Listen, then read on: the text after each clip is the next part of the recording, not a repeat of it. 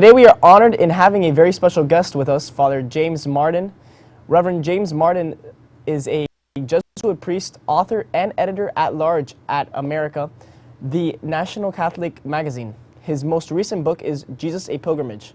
Father, first I want to thank you for speaking with us today. The students have compiled a series of questions for you this afternoon. Father, the first question will be, what does Pope Francis's visit to the United States mean to the Catholics in the United States? Catholics love Pope Francis, and the fact that he's taking time out of his busy schedule to visit with us in the United States, at least, on the East Coast, is a big deal. So certainly in New York, Philadelphia, and Washington, there's almost a mania surrounding his visit. American Catholics are talking, it seems, almost about nothing else. Okay. Also, Father, here, what do you think his message will be to the youth and in particular families?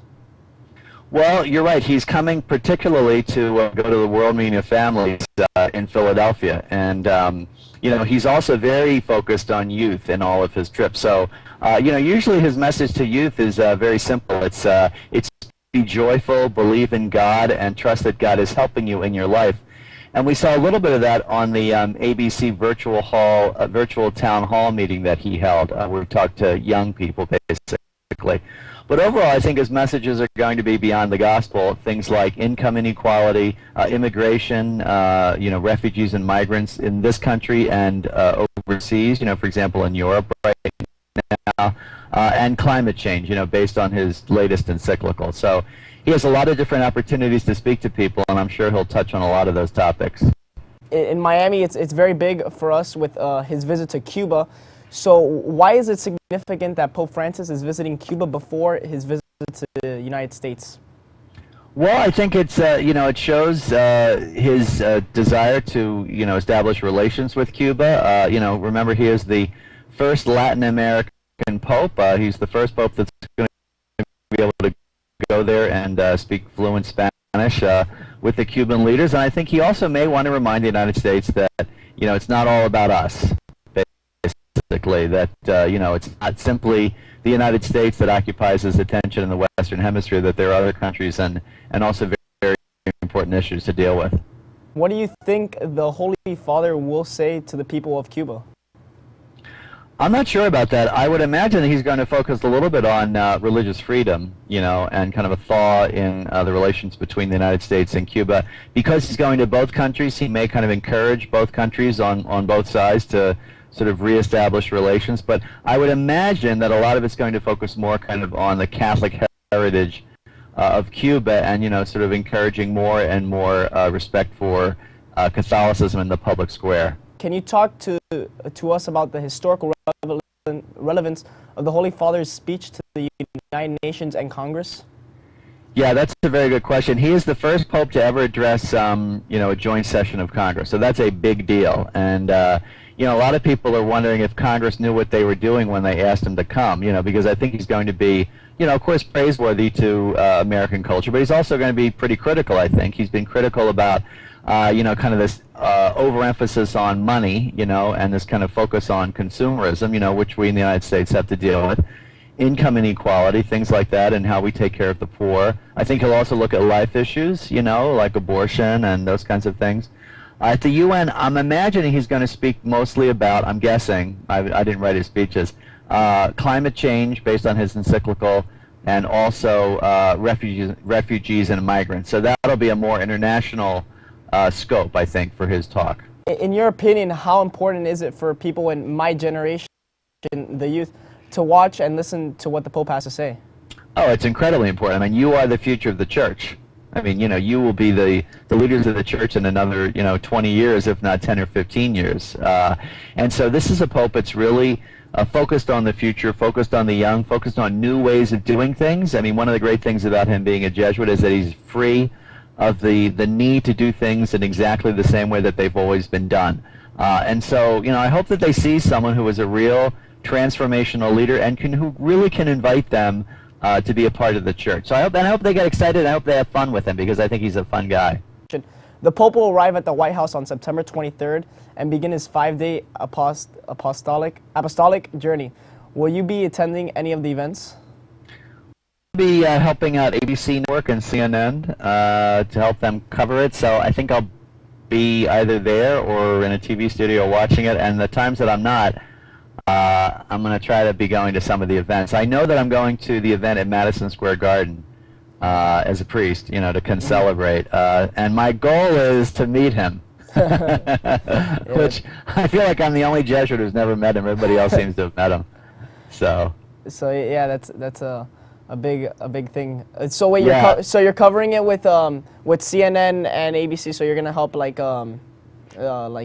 what's it called? Report on it, sort of. Correct. Yeah, you know, be like the color commentator. Oh, okay, I see. So, and maybe one day I'll be sitting next to you on ABC or CNN.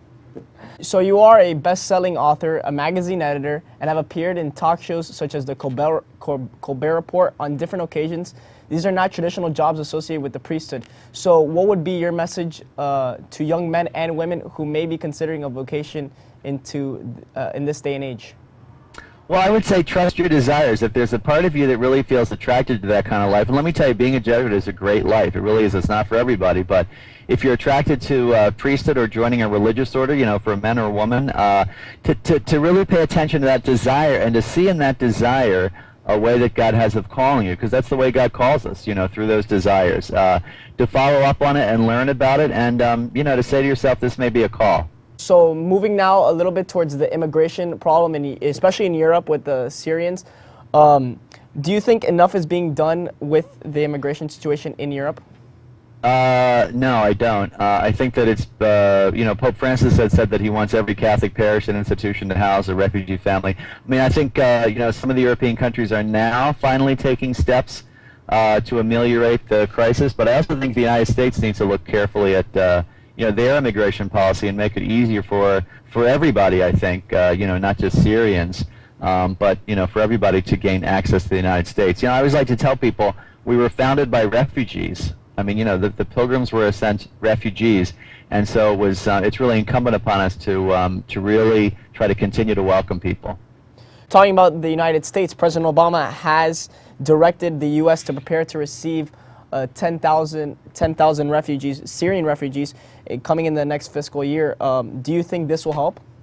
I think it will help a little bit, but from what I understand, it takes a long time for those people to gain clearance, sometimes 12 to 18 months, you know, and that's a long time for people to wait. I think we need to look seriously at, you know, the fact that when people are kind of fleeing from war, you know, I worked with refugees in East Africa, you know, it's going to be very hard for them to have papers and things like that for people to do background checks on. So, you know, without sacrificing our security, I think we need to find ways to make it easier, you know, for these people who are desperate to come into the States. And like I said, that's not just Syria, that's Mexico and, you know, all the other countries.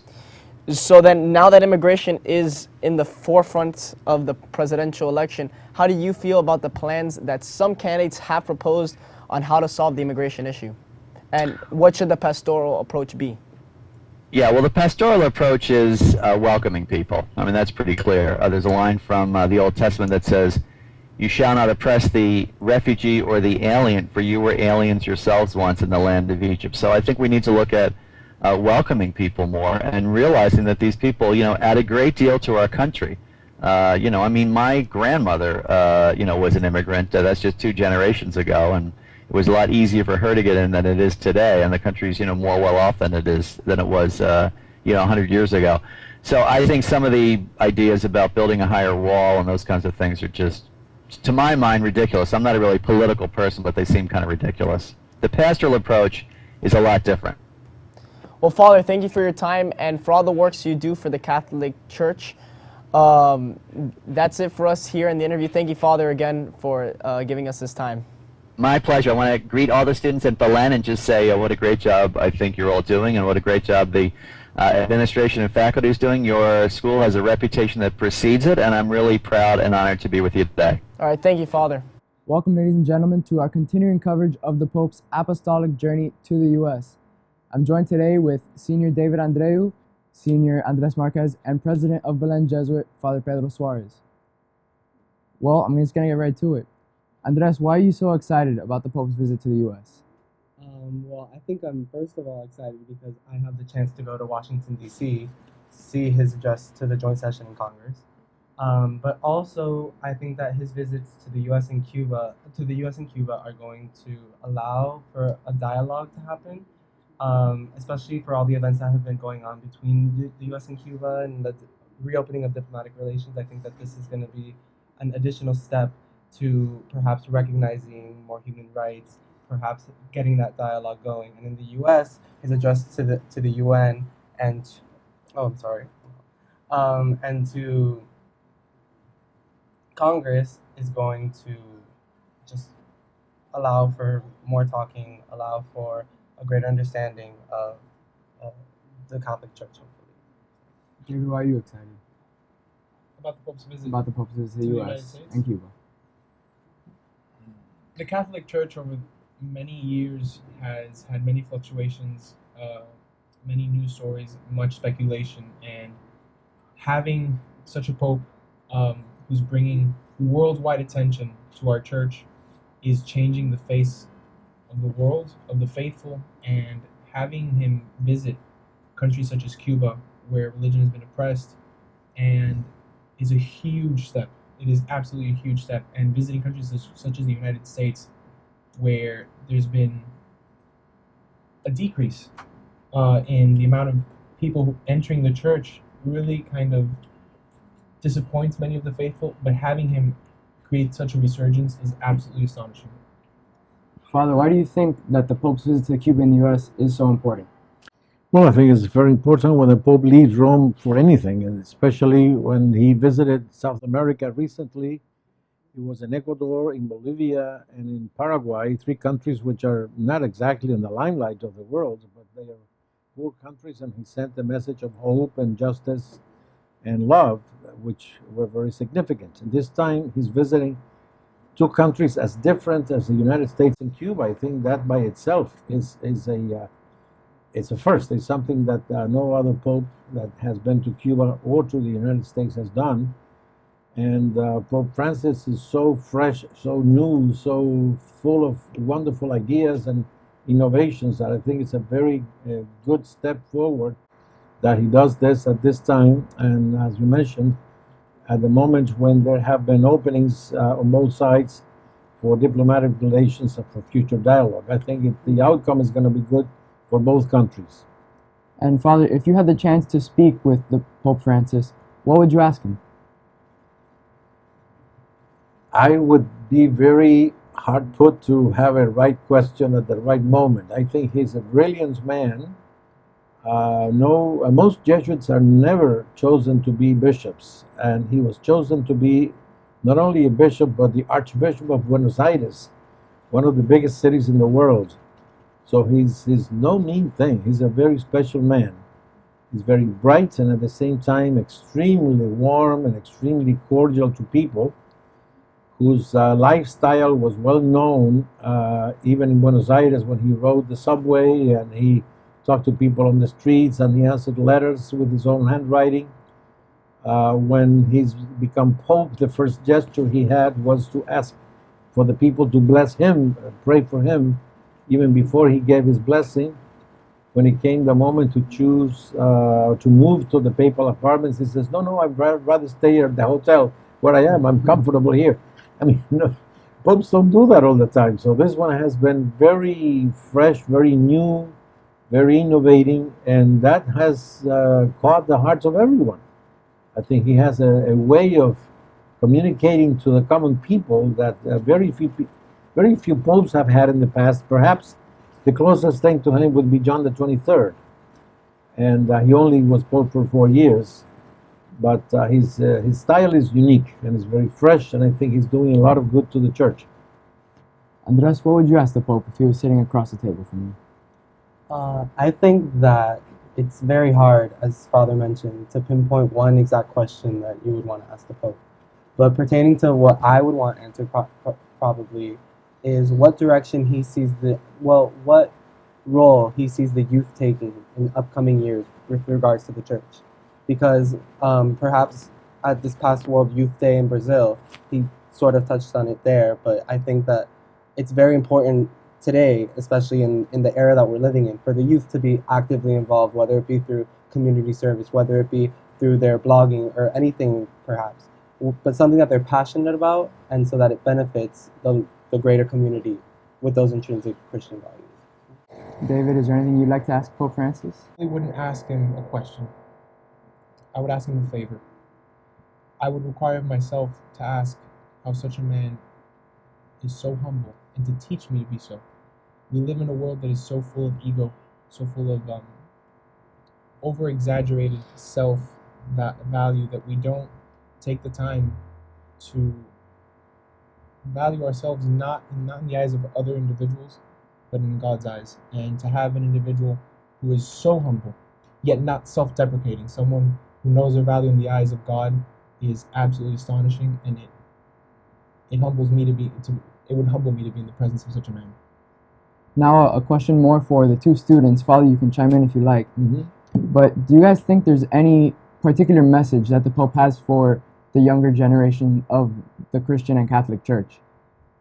I mean, like I mentioned before, I think that hopefully what he touches upon at either his address to the UN or at any of his homilies in the masses that he's giving here is for the youth to be more actively involved in the church, because many times as we have this idea that Catholicism is supposed to be taken as laid back, or we're just supposed to go with emotions. But what I think that Pope Francis will allude to is the fact that now we have to take a more active stance. Now that we have to promote social justice, we have to go and we have to fight for the rights of not only ourselves but for others that are denied those across the globe. So I think that is going to be a message that he's going to give, especially at his speech to the UN. So, I absolutely agree with Andres.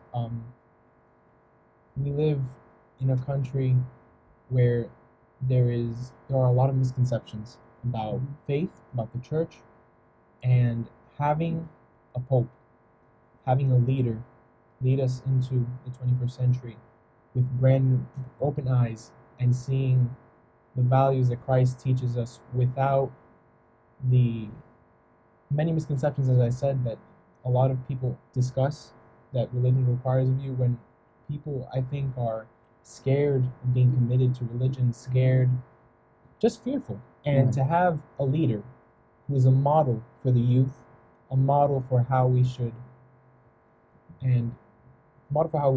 grow, not only ourselves but also strive to be as individuals, is absolutely remarkable, and it's just amazing. It really is. I'd like to add something to what you just said. I think you answered very well, but I would say I find youth always ready to do something. So the word should come to the bishops and the priests. Let the youth come into the church and do something. Don't keep them out. I know best, type of thing. But let them participate more. And I think that will be a great opening of the church to youth and to all peoples, because you will bring the freshness that sometimes we need, as older people think of things the way they have been. But you always bring in the possibilities of how things could be, and they should be. And I think that's great. But this Pope has the character to do that. Absolutely. I'm sure he will. The future is bright with Pope Francis. Yes. Now, Father, a question specifically for you. How do you think Pope Francis has best represented the Jesuits? Well, for many, many years, we have been educators, we have been teachers, and you can see in his way of speaking, his way of communicating, that he's a born teacher. He communicates very clearly, he communicates very sincerely, very honestly. You mentioned something about his humility. I don't think he has any airs of grandiosity or that he knows best, that type of thing. I think he's an extremely nice man, a very warm, very affectionate individual, and extremely intelligent as well. That's one thing. He is a doctor in theology, so he's no ignorant of anything. He knows his theology very well. He preaches in a very direct way, and he's a very effective leader and speaker. I like to listen to his speeches very much, and I enjoy them. Well, that's it for us here, ladies and gentlemen. Thank you to David, Andres, and to Father Suarez. Have a great day. Stay golden, Wolverines.